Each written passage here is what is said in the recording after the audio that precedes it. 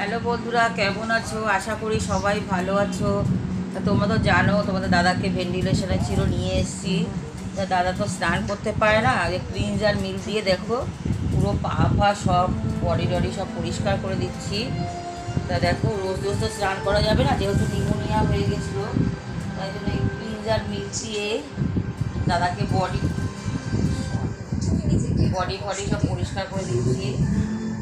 মানে ক্লিনজার মিলটা দেখেছো, এটা দিয়ে দাদাকে সব পরিষ্কার করে দিচ্ছি, হাত ফাত গা ফা। দেখো তোমাদের দাদাকে দেখো, এই শুক্রবার দিন হসপিটাল থেকে এসছে, ভেন্টিলেশনে ছিল। সিস্টার রাখা হয়েছে, সিস্টার এত কিছু করে না, তাই জন্য আজকে থেকে আমিই করছি, সব আমিই পারি।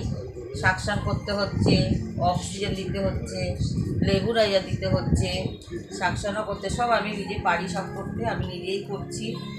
তোমরাও একটুখানি দাদার জন্য কামনা করো যে দাদা